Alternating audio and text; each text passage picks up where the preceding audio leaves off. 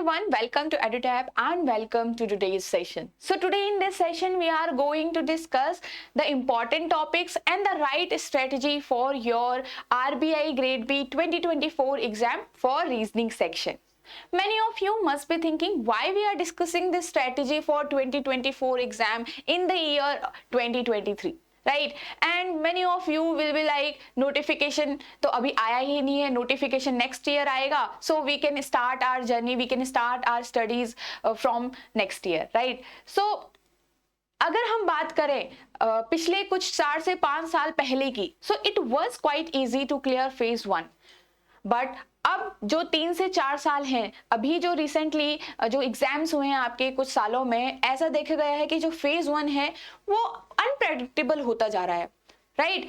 It is quite difficult to attempt questions in the exam. It is quite difficult to clear the cut off, right. कभी कोई student होता है जिसकी quant की cut off रह जाती है, जिसकी किसी की जे की रह जाती है, किसी की इंग्लिश की रह जाती है, किसी की रीजनिंग की कट ऑफ रह जाती है. तो ये सारे सिचुएशन को अवॉइड करने के लिए it means there should be a right strategy to completely follow for your reasoning section or for your RBI grade B phase 1. Right? Many of the deserving candidate get stuck in the phase 1, जिनकी phase 2 की जो preparation है बहुत ज़्यादा अच्छे से हो रखी है, बट phase 1 की जो प्रिपरेशन जर्नी है आपकी, वो इंटरवल कम होने की वजह से, प्रैक्टिस कम होने की वजह से वो phase 1 रह जाता है, राइट. सो ये सारी सिचुएशन को अवॉइड करने के लिए सब कुछ डिस्कस करने वाले हैं हम आज. सिलेबस डिस्कस करेंगे, स्ट्रैटेजी डिस्कस करेंगे और मोस्ट इंपॉर्टेंट टॉपिक किन टॉपिक्स पे आपको बहुत ज़्यादा ध्यान देना है, किन टॉपिक्स को आप बिल्कुल भी अवॉइड नहीं कर सकते एग्जाम में मार्क्स लाने के लिए, राइट. सिर्फ आपको कट ऑफ क्लियर नहीं करनी है, आपको जो ओवरऑल कट ऑफ है उसमें भी अपना पार्टिसिपेशन देना है कि किस सेक्शन से आप अच्छे से अच्छे मार्क्स निकाल सकते हैं, right. So here we will be targeting 30 marks for reasoning. ठीक है, हम जो स्ट्रेटेजी आज डिस्कस करेंगे वो सारी आपकी रहेगी मिनिमम आपके 30 मार्क्स की. कितनी? मिनिमम 30 मार्क्स की. Why? जो आपका क्वेश्चंस होते हैं, नंबर ऑफ क्वेश्चंस, और जो आपका रीजनिंग सेक्शन होता है कितने का होता है? 60 मार्क्स का होता है, राइट.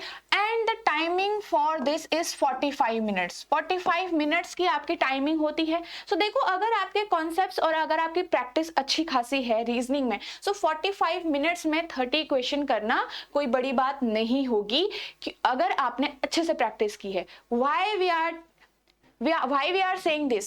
आप कहोगे कई लोगों का 10 मार्क्स भी ऊपर लाना बहुत ज्यादा डिफिकल्ट हो जाता है. वो इसलिए होता है कि आप सिलेक्ट नहीं कर पा रहे हो कि कौन सा क्वेश्चन आपको अटेम्प्ट करना चाहिए, राइट. आप कई स्टूडेंट्स ऐसे होते हैं जो न्यू क्वेश्चंस एग्जाम में अटेम्प्ट करने लग जाते हैं जस्ट बिकॉज कि वो इजी दिख रहे हैं, okay.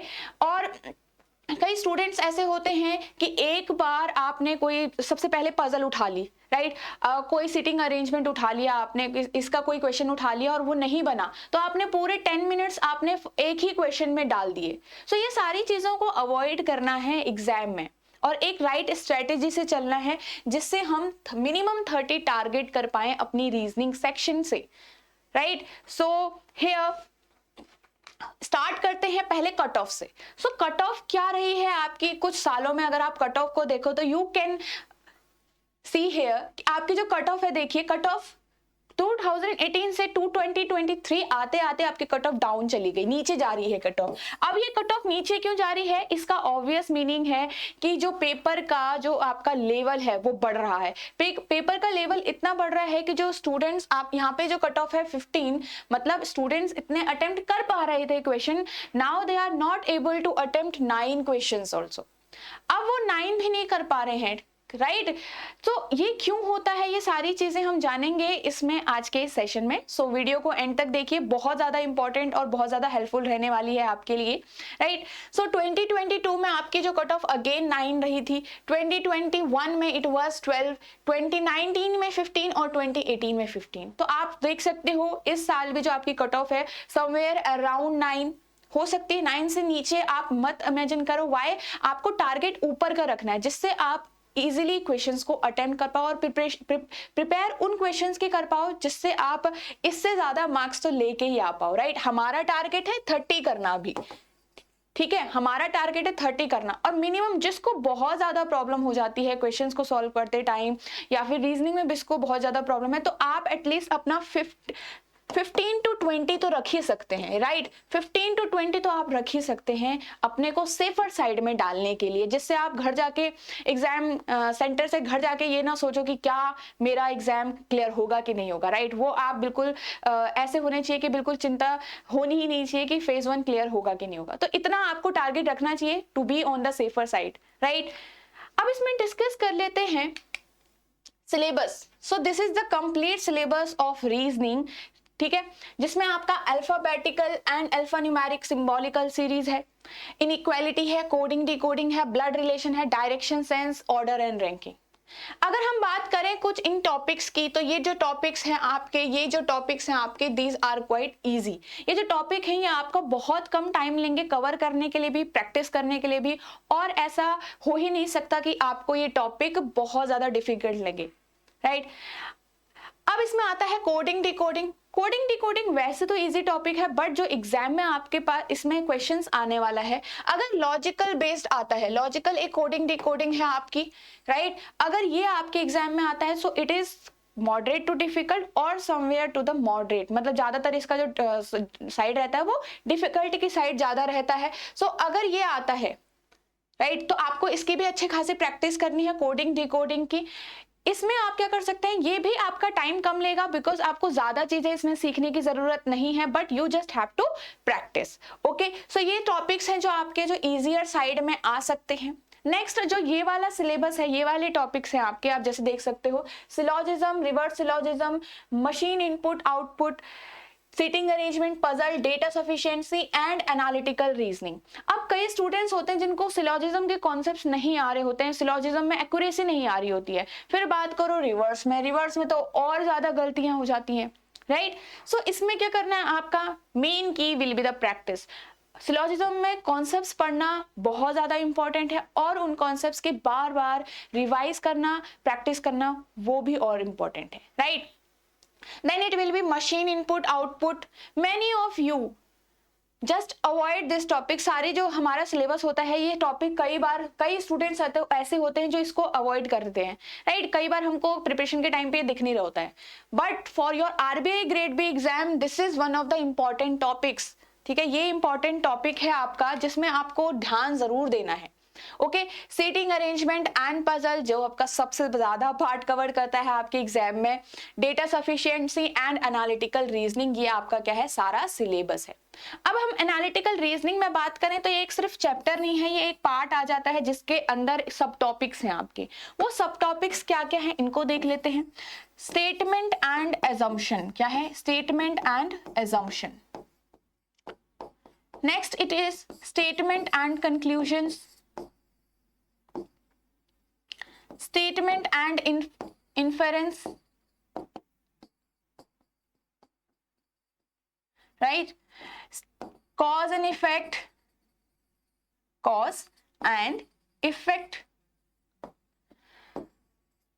course of action,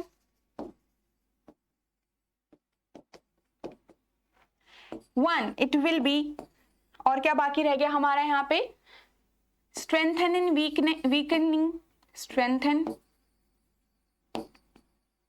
and weakening of the statement,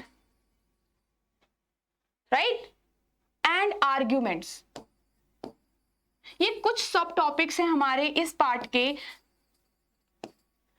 analytical reasoning के। सो अगर आप एनालिटिकल रीजनिंग को प्रिपेयर कर रहे हो, so you should focus on these topic. ये आपके कुछ टॉपिक्स हैं यहाँ पे जो हमारा क्या है, ये पूरा चैप्टर बनाते हैं आपका एनालिटिकल रीजनिंग का।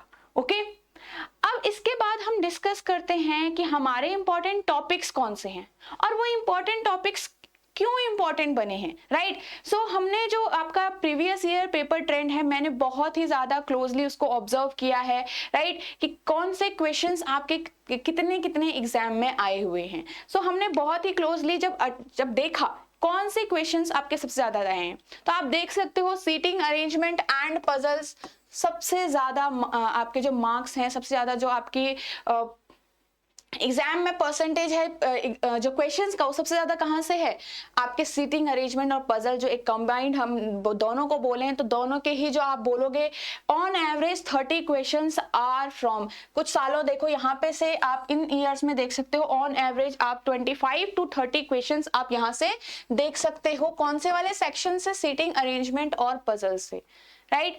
उसके बाद 11 questions from seating in 2019, 10 questions from seating arrangement in 2018। इसका मतलब इससे जब 10 आए थे तो बाकियों से ज्यादा आए होंगे, इसका मतलब बाकी जो मिसलेनियस टॉपिक हैं उससे ज्यादा आए होंगे, राइट। बट अब कुछ सालों में आप देखोगे ये इंक्रीज ही हो रहा है। क्या हो रहा है? इंक्रीज हो रहा है।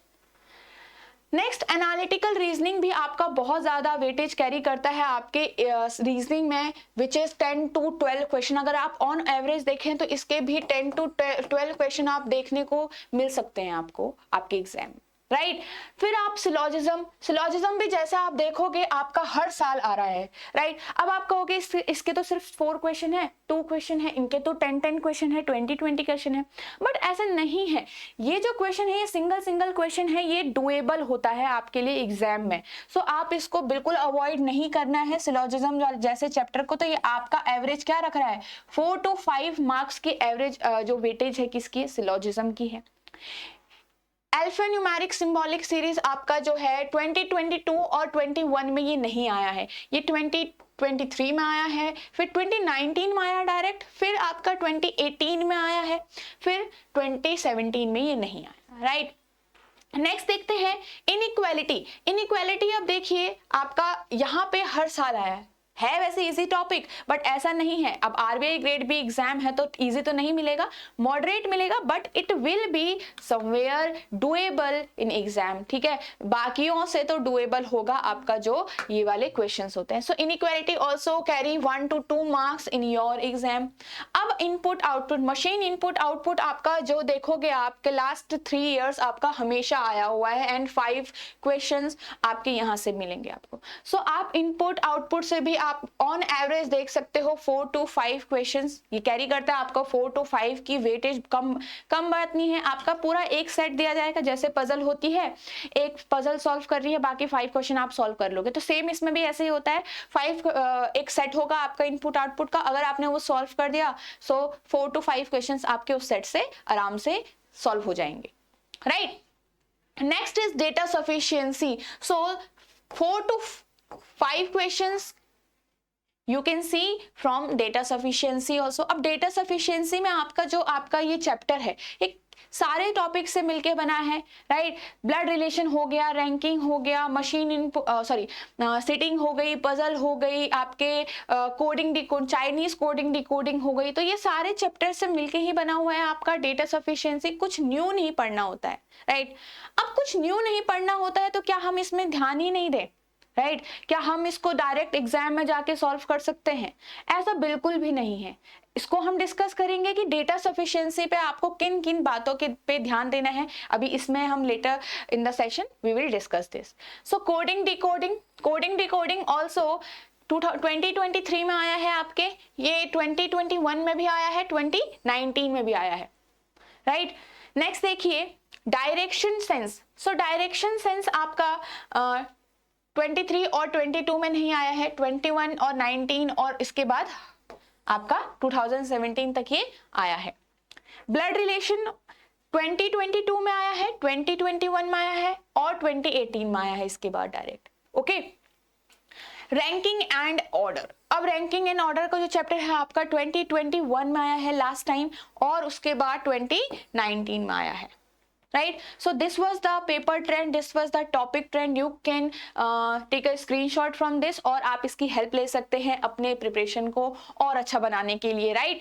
चलिए अब इसमें डिस्कस करते हैं कुछ इंपॉर्टेंट टॉपिक्स जो इनके बाद हमारे पास क्या क्या हम इंपॉर्टेंट मान सकते हैं, राइट। जैसा कि आपने देखा ही हमारे पास जो सबसे ज्यादा वेटेज कैरी करता है सीटिंग और पजल करता है 25 to 30 मार्क्स, मतलब पूरा 50% आपका जो पेपर है उसका आपका क्या है, ये 2 टॉपिक्स कवर कर रहे हैं। तो क्या हम सारा का सारा ध्यान सीटिंग और पजल में ही डाल दें, राइट। अब आप देखोगे आपका जो इंपॉर्टेंट टॉपिक्स है वहां पे नंबर 1 पे भी सीटिंग नहीं लिखा हुआ है, व्हाई?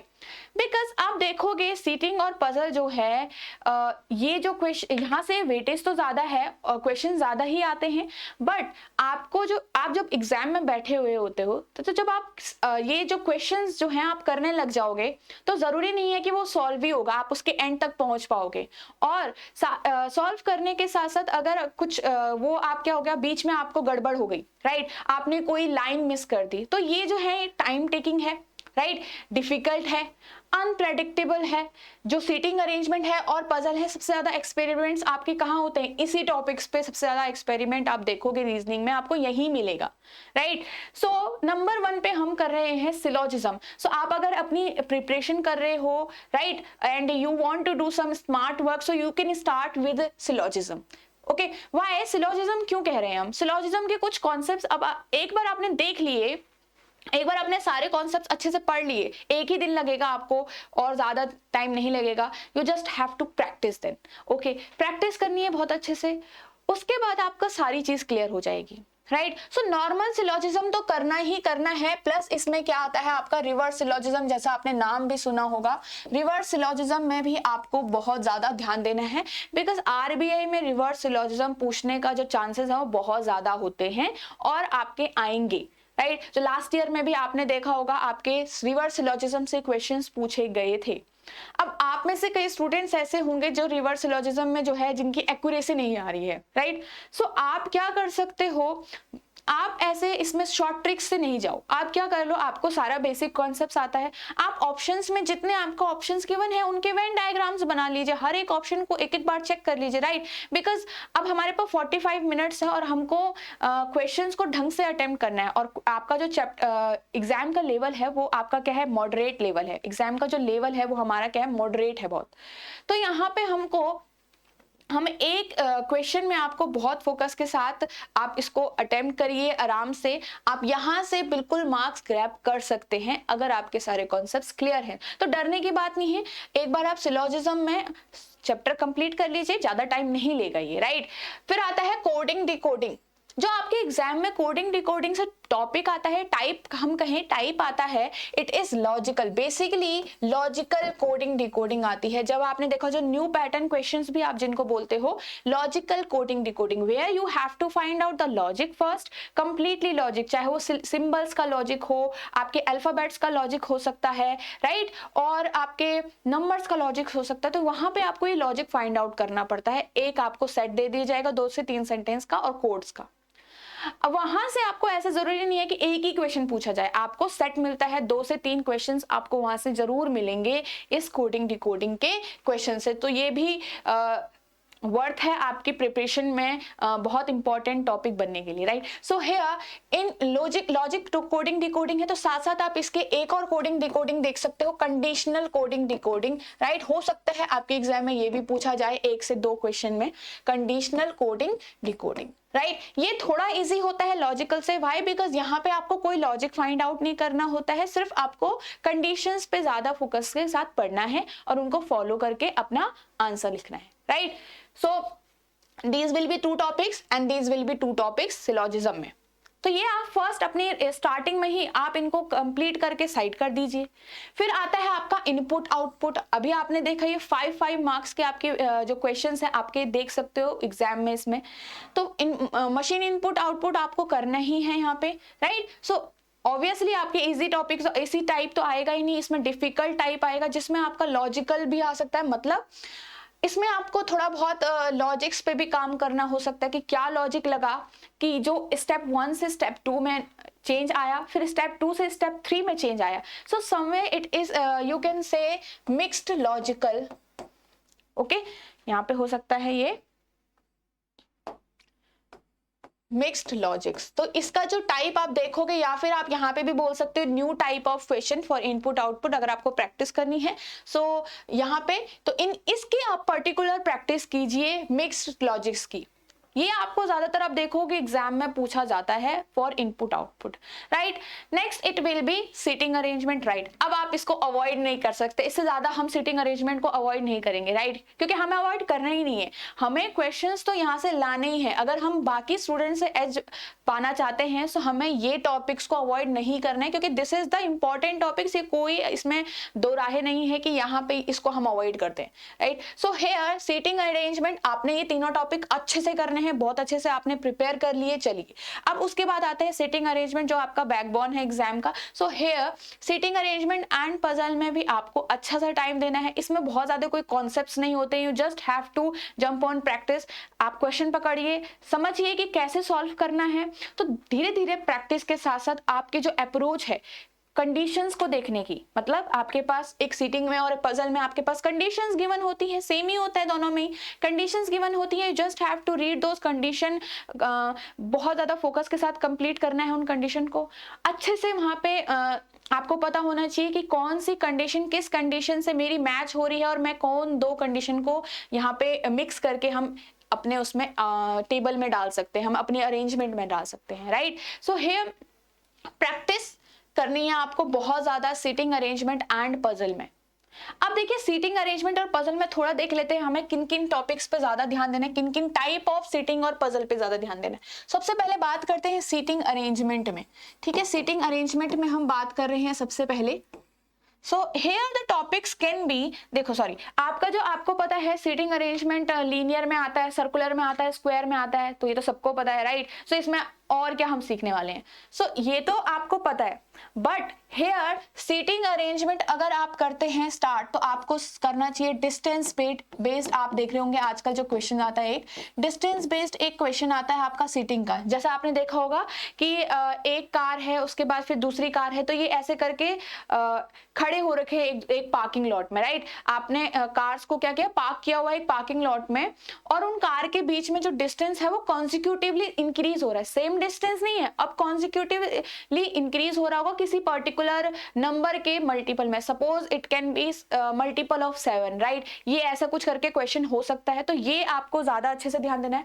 बेसिक क्वेश्चन तो सीखने वहीं से तो आपका सारा अप्रोच बनेगी। शुरू से स्टार्ट कीजिए, जीरो से क्वेश्चंस के स्टार्ट कीजिए, और आपको इन पे भी ध्यान देना है, मतलब ढूंढ के इन क्वेश्चन को सॉल्व करना है, इसका मतलब ये है, राइट। सो फिर डिस्टेंस बेस्ड हो गया। अनसर्टेन नंबर ऑफ पर्संस, आपने देखा होगा uncertain persons, right, uncertain persons, इसको आपको देखना है, इसको भी आपने प्रैक्टिस करनी है। अब अनसर्टेन पर्सन में ना एक लिमिटेशंस भी है, आपको क्या करना है, ध्यान दोगे आप कभी भी, आपने जब भी क्वेश्चन सॉल्व किया होगा अनसर्टेन का, तो आप जो पर्सन्स या तो सिर्फ नॉर्थ फेस कर रहे होंगे, राइट, उसमें एडिशनली एक वेरिएबल भी है भले ही, तो आप उसको इजीली सॉल्व कर सकते हो। But if the persons are facing north south, मतलब आपका क्या है कि नॉर्थ और साउथ है, दो डायरेक्शन एक साथ है, या फिर इनसाइड और आउटसाइड है, वहां पे थोड़ा बहुत अनसर्टेन जो पर्सन्स होते हैं वो बहुत ज्यादा डिफिकल्ट हो जाता है, राइट।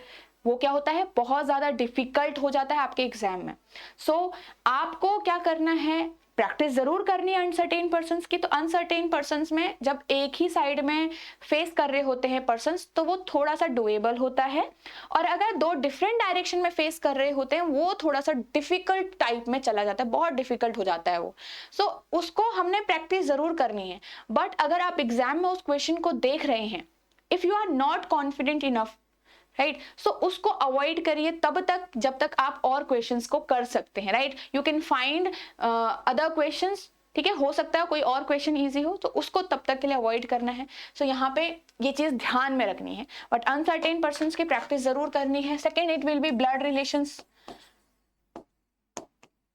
ब्लड रिलेशन वाला जो आपके सीटिंग अरेंजमेंट होती है वो आपको करना है, राइट। अब ब्लड रिलेशन का वाला करोगे तो ब्लड रिलेशन आपको पढ़ना पड़ेगा, राइट। सो ब्लड रिलेशन वाला जो चैप्टर है आपका यहाँ पे, it is also important, right. So आपको ब्लड रिलेशन के लिए ब्लड रिलेशन वाला थोड़ा बेसिक्स आपको आनी चाहिए, कैसे क्वेश्चन सॉल्व होता है, जिससे हम पजल फॉर्म में या सीटिंग अरेंजमेंट में अगर ब्लड रिलेशन आ जाए तो we can solve this.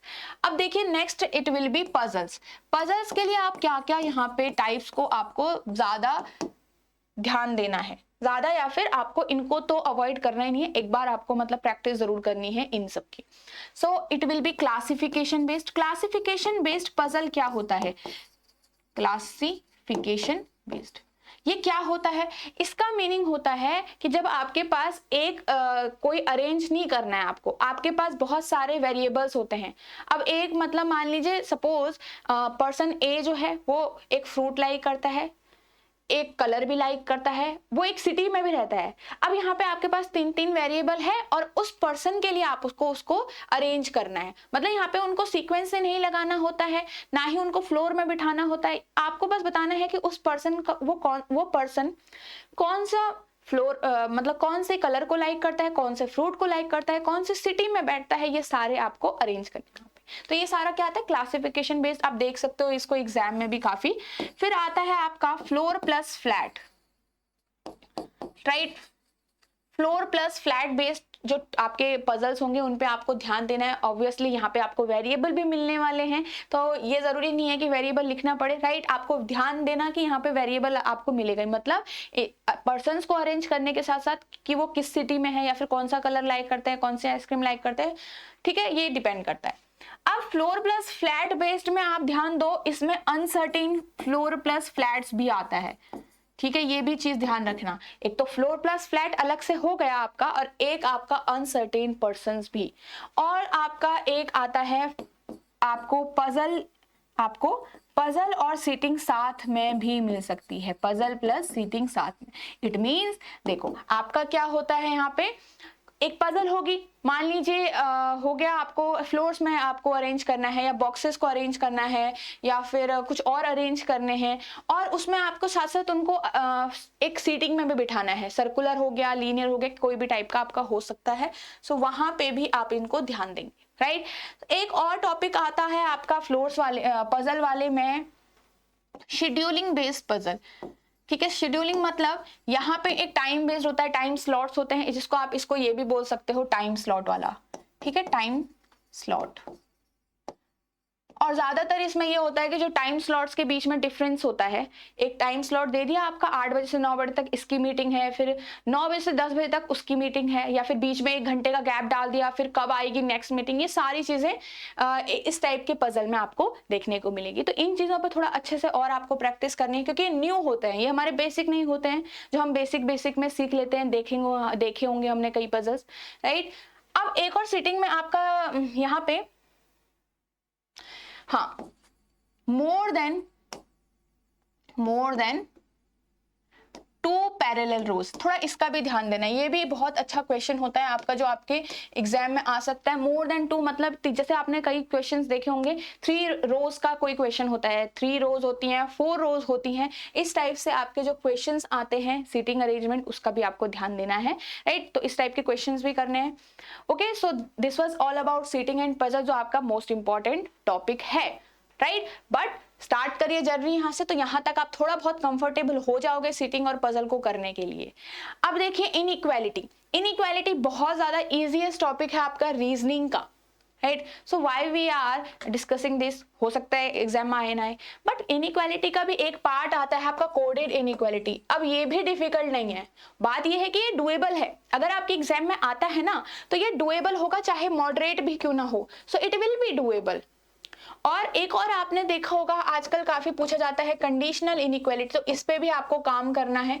Conditional inequality, इस पे भी काम करना है, इस पे भी ध्यान देना है, राइट? दिमाग तो बिल्कुल चलाना होगा, बहुत इजी नहीं होगा, right? Blood relation, of course आपको बेसिक तो सीखना ही सीखना है, और ध्यान देना है कोडेड ब्लड रिलेशंस पे भी। इजी चैप्टर है, आराम से सॉल्व हो जाएगा, और एग्जाम में भी कहीं ना कहीं डुएबल होता है। फिर अगेन डायरेक्शन सेंस को सिंपल क्वेश्चंस तो देखने हैं थोड़ा बहुत, और कोडेड डायरेक्शन सेंस भी करना है। सो यहाँ पे जब तक हमने सीटिंग अरेंजमेंट सीख लिया, तो यहाँ तक हम आराम से क्वेश्चंस अब सॉल्व कर सकते हैं। क्यों? क्योंकि हमने यहाँ पे कंडीशंस पढ़ना सीख लिया होगा काफी, राइट? सो कोडेड डायरेक्शन सेंस भी आपका डुएबल होता है कहीं ना कहीं एग्जाम में। सो ये जो टॉपिक्स है ना, यहाँ आपके 3 ऊपर के और 3 यहाँ पे आपको थोड़ा ज्यादा डुएबल लगेंगे सीटिंग अरेंजमेंट से, राइट? अब यहाँ पे आपका आता है एनालिटिकल रीजनिंग। अब हमने एनालिटिकल रीजनिंग लास्ट क्लास में क्यों रखा है? ये तो आपका वेटेज कैरी कर रहा है 10 to 12 मार्क्स की, राइट? पर हमने लास्ट में क्यों रखा है? अब देखो, this is the complete gamble chapter, right. So आप में से कई स्टूडेंट हो सकते हैं जो एनालिटिकल रीजनिंग के क्वेश्चंस को सही कर रहे हैं। So I will not tell you to just completely avoid this chapter, okay. मैं ये बिल्कुल नहीं सजेस्ट करूंगी कि बिल्कुल अवॉइड ही कर दो क्योंकि दूसरा अवॉइड कर रहा है, सामने वाला अवॉइड कर रहा है तो आप भी कर दो, राइट। आपको ये नहीं करना, आप ट्राई करो, ठीक है। इस चैप्टर को थोड़ा बहुत आप बेसिक समझो इनके, मतलब जैसे कि अभी हमने यहाँ पे डिस्कस किया आपके चैप्टर क्या क्या थे, इसके अंदर जो सब टॉपिक्स हैं आपके वो क्या हैं, आपके कोर्स ऑफ एक्शन है, अजम्पशंस हैं, कंक्लूजन्स हैं, इन्फेरेंस हैं, कॉज एंड इफेक्ट है, आर्ग्यूमेंट्स हैं, स्ट्रेंथन एंड वीकन है। तो थोड़ा बहुत यहाँ पे बेसिक चीजें आप समझें, राइट। अब ऐसा नहीं है कि इसके लिए आपको बहुत ज्यादा पढ़ना पड़ेगा, ऐसा तो है नहीं। और अगर आपको लगता है कि आपको बहुत ज्यादा पढ़ना पड़ेगा तो आप इसको तब जाके अवॉइड कर सकते हैं, पर स्टिल आपको ट्राई करना चाहिए। वाई, हो सकता है आप में से कई स्टूडेंट्स इसके क्वेश्चन सही कर लें। अगर आप में से जो, अब वो कैसे पता चलेगा, जब आप मॉक टेस्ट दे रहे होंगे, राइट। आप चेक कर सकते हो जब आप मॉक टेस्ट दे रहे होंगे, वहां पे आपको इनके क्वेश्चन ऑब्वियसली प्रोवाइडेड होंगे। सो you can attempt those questions and analyse them. अब आप एनालाइज करो आप कैसे क्वेश्चंस को आप सही कर रहे हो या गलत कर रहे हो। अगर आप गलत कर रहे हो ना, सो आप ध्यान दीजिए कि जो एग्जाम है, एग्जाम में अगर आपको क्वेश्चन बहुत सुंदर भी लग रहा है दिखने में, करने में, कि भाई हमसे अटेम्प्ट हो जाएगा, सो अवॉइड दिस मिस्टेक। आप वहां पे अंधेरे पे तीर नहीं छोड़ना है। अगर आपने प्रैक्टिस नहीं की हुई इन क्वेश्चंस की, सो आप इसको अटेम्प्ट नहीं करना है, राइट। सो आप एनालिटिकल रीजनिंग में कॉन्फिडेंट नहीं है तो बिल्कुल भी अटेम्प्ट नहीं करना है एग्जाम में। बट आप चाहते हैं कि इसको ट्राई कर रहे हैं तो यहाँ पे आप कुछ टॉपिक देख सकते हैं जिसमें आप अच्छा जो अटेम्प्ट कर रहे हो मॉक टेस्ट में, अगर आप देखो तो आप जो प्रैक्टिस कर रहे हो तो आपके कुछ टॉपिक्स हैं जिसमें आप सही आंसर कर रहे हो। सपोज आप कोर्स ऑफ एक्शंस में सही आंसर कर रहे हो या फिर अजम्पशंस में सही आंसर कर रहे हो, तो आप चूज कर सकते हो वही पर्टिकुलर टॉपिक एग्जाम में भी, कि जिससे आपके जो सही होने की जो एक्यूरेसी की जो चांसेस हैं वो ज्यादा हो जाए, right. So next we are with data sufficiency. Now data sufficiency, as we have discuss कि डेटा सफिशिएंसी जो है आपका बाकी सारे टॉपिक से मिलके ही बना हुआ है। अब इस ये वाला टॉपिक पे ऐसा है कि आपको डायरेक्ट वहां पे जंप नहीं करना है कि आपको लग रहा है कि इसको हम अटेम्प्ट कर सकते हैं एग्जाम में क्योंकि मुझे ये टॉपिक आता है, ऐसा नहीं करना है। Why? Because this will be the waste of time. ऐसा क्यों होता है? क्योंकि डेटा सफिशिएंसी के क्वेश्चंस आपको प्रैक्टिस करने ही पड़ेंगे। अब ये प्रैक्टिस करने क्यों इंपॉर्टेंट है? क्योंकि हमने ये बाकी तो किया ही हुआ है ना। अब डेटा सफिशिएंसी इसलिए इंपॉर्टेंट है कि आपके अगर मान लीजिए 3 सेंटेंसेस आ गए, 3 स्टेटमेंट्स आ गई और उन 3 स्टेटमेंट से आपको वहां पे फाइंड आउट करना है, तो कई बार डेटा थोड़ा सा ज्यादा होता है, या फिर अगर डेटा ठीक है और 3 स्टेटमेंट है आपके पास, तो वहां पे आपको ऑप्शंस को कैसे चूज करना है ये देखना है, राइट। आपको ये चीज देखनी है कि कितना डेटा मेरे पास होना चाहिए किसी पर्टिकुलर आंसर को करने के लिए। तो ये सारी चीजें आपको प्रैक्टिस के साथ ही आएगी। तो ऐसा नहीं है कि डायरेक्ट आप जाइए और एग्जाम में इसको अटेम्प्ट कर दिए, ऐसा नहीं है। आपको प्रैक्टिस करनी पड़ेगी इस वाले टाइप की भी। तो ये थोड़ा सा जो पार्ट है, दोनों के दोनों जो चैप्टर हैं आपके, वो थोड़ा सा आपके एक्यूरेसी पे ध्यान आपको यहाँ पे ज्यादा देना है। अगर आप चाह रहे हैं कि आप इनको ट्राई करें, एग्जाम में आप इनको अटेम्प्ट करें, राइट, सो आपको ध्यान देना है यहाँ पे एक्यूरेसी पे, और साथ साथ डेटा सफिशिएंसी अगर कर रहे हैं तो टाइम ज्यादा नहीं लगाना है, राइट। आपको थोड़ा कम टाइम में इस क्वेश्चंस को अटेम्प्ट करने, और अगर आप इसमें अच्छे हैं, डेटा सफिशिएंसी के क्वेश्चन आपके सही हो रहे हैं, it means you are an edge from other student, right. So ये चीज ध्यान दीजिए, कर रहे हैं तो अच्छा टॉपिक है। बट अगर आप इन दोनों में कॉन्फिडेंट नहीं है तो still you will have 45 to 50 questions with you, ठीक है। इसमें आप देख सकते हैं ये सारे टॉपिक हैं जिसपे आपको बहुत ज्यादा ध्यान देना है, राइट। सो अब डिस्कस कर लेते हैं इन सारे टॉपिक्स के बाद स्ट्रेटेजी। अब what should be the strategy, ये सब कर लिया हमने, अब क्या करें, क्या सही होना चाहिए? क्योंकि कई स्टूडेंट्स होते हैं प्रिपरेशन तो बहुत पहले से कर रहे होते हैं, बट वो मार्क्स सही नहीं लेके आ पाते एग्जाम में, राइट। मॉक टेस्ट में मार्क्स सही नहीं आ रहे, तो क्या करना है? सबसे पहले तो you have to cover the important topics diligently, बहुत ही बिल्कुल ऑनेस्टी के साथ, ठीक है। इस उन टॉपिक्स को आपको रखने की, मतलब क्वेश्चन आएगा तो आप अटेम्प्ट कर ही लो, ऐसा होना चाहिए, राइट। सो नाउ इसके बाद आपका क्या है, इसके बाद आपका क्या रोल बनता है? उसके बाद आप करिए मॉक टेस्ट, मॉक टेस्ट आपका इसके बाद सेकंड नंबर पे आएगा। मॉक टेस्ट आपको अटेम्प्ट करने हैं, जितना हो सके उतने मॉक टेस्ट अटेम्प्ट करिए। ऐसा नहीं कि आप सिर्फ मॉक टेस्ट ही अटेम्प्ट करते जा रहे हैं, मान लीजिए 20 से 30 मॉक टेस्ट अटेम्प्ट कर दिए फिर भी कुछ नहीं हुआ, राइट? ऐसा नहीं है, आपको मॉक टेस्ट अटेम्प्ट करने हैं, बट उन मॉक टेस्ट के साथ जो बहुत ज्यादा इंपॉर्टेंट आपका पॉइंट आता है, to analyse the mock test. क्या आएगा? Analyse the mock test.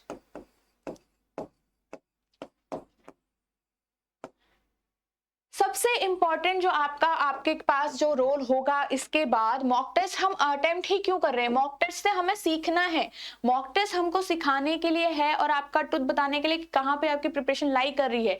सो वो कैसे पता चलेगा? You have to analyse the mock test. तो ज्यादा टाइम आपका एनालाइज में भी जाना चाहिए मॉक टेस्ट को, राइट? अब एनालाइज करने के बाद आप क्या सीखोगे? यू विल फाइंड आउट कि कुछ क्वेश्चन आपने सही किए और हर बार आप सही कर रहे हो, तो these will be your strengths. ठीक है, आपके क्या होंगे? वो स्ट्रेंथ्स होंगे।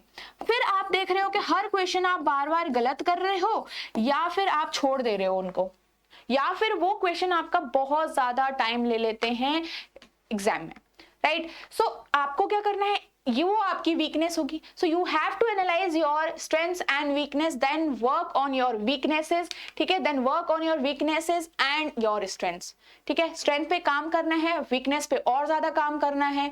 तो आपको जो ये आपको दोनों ही चीजें हैं, आपको हेल्प करेगा और अच्छे मार्क्स लाने में आपके मॉक टेस्ट में, नेक्स्ट मॉक टेस्ट में। यहां से आप एक और चीज सीखोगे which is very important in your RBI grade B exam, selection of questions. क्या सीखेंगे हम? Selection of questions. ठीक है, selection of questions very important for your reasoning section. ठीक है, आरबीआई ग्रेड बी के लिए। ये कहां से आएगा? जब आप मॉक टेस्ट अटेम्प्ट कर रहे होंगे, सेंस को पहचानोगे, वीकनेस को पहचानोगे, तब जानोगे कि आपको एग्जाम टाइम पे या फिर जो नया मॉक टेस्ट देने वाले हो उसमें आपको कौन सा क्वेश्चंस अटेम्प्ट करना है, राइट? अब आप में से कई स्टूडेंट ऐसे होते हैं कि बहुत सारी इन सब सारी चीजों के बाद, सारी चीजों को अपनाने के बाद भी मॉक टेस्ट में कई बार मार्क्स नहीं आ रहे होते हैं, राइट? तो हो सकता है कि आप क्या कर रहे हो, जो क्वेश्चंस हैं आप सिलेक्ट सही नहीं कर रहे होंगे, राइट? आप गलत क्वेश्चंस पे, जो क्वेश्चन टाइम टेकिंग ज्यादा है, जो क्वेश्चन कंफ्यूजिंग ज्यादा है, आप उन पे ज्यादा ध्यान दे रहे हो, राइट? और हो सकता है आपके जो कुछ आपने जो स्ट्रेटेजी बनाई है वो आपकी काम नहीं कर रही है। So you can try new strategy. आप देख सकते हैं अगर इस पे काम नहीं करा तो न्यू स्ट्रेटेजी बनाइए, उसको फॉलो करिए और हो सकता है वो न्यू स्ट्रेटेजी काम कर जाए, राइट? सो इन चीजों पे आपको ध्यान देना है RBI grade B for reasoning section पे अच्छा से कट ऑफ से ऊपर मार्क्स लाने के लिए, राइट? अब कई स्टूडेंट्स ऐसे होते हैं जिनको थोड़ा गाइडेंस की जरूरत होती है, right? So here we have the course. ठीक है, यहाँ पे एक आरबीआई ग्रेड बी का कोर्स है where you will get a silver pack course और अ गोल्ड पैक कोर्स। ठीक है, आप देख सकते हैं सिल्वर पैक कोर्स जो होगा आपका फेज 1, फेज 2 एंड इंटरव्यू। तो इसमें आपका फेज 1 तो होगा but there will be only GA part. So आपका फेज 1 में आपको जीए पार्ट मिलेगा, राइट?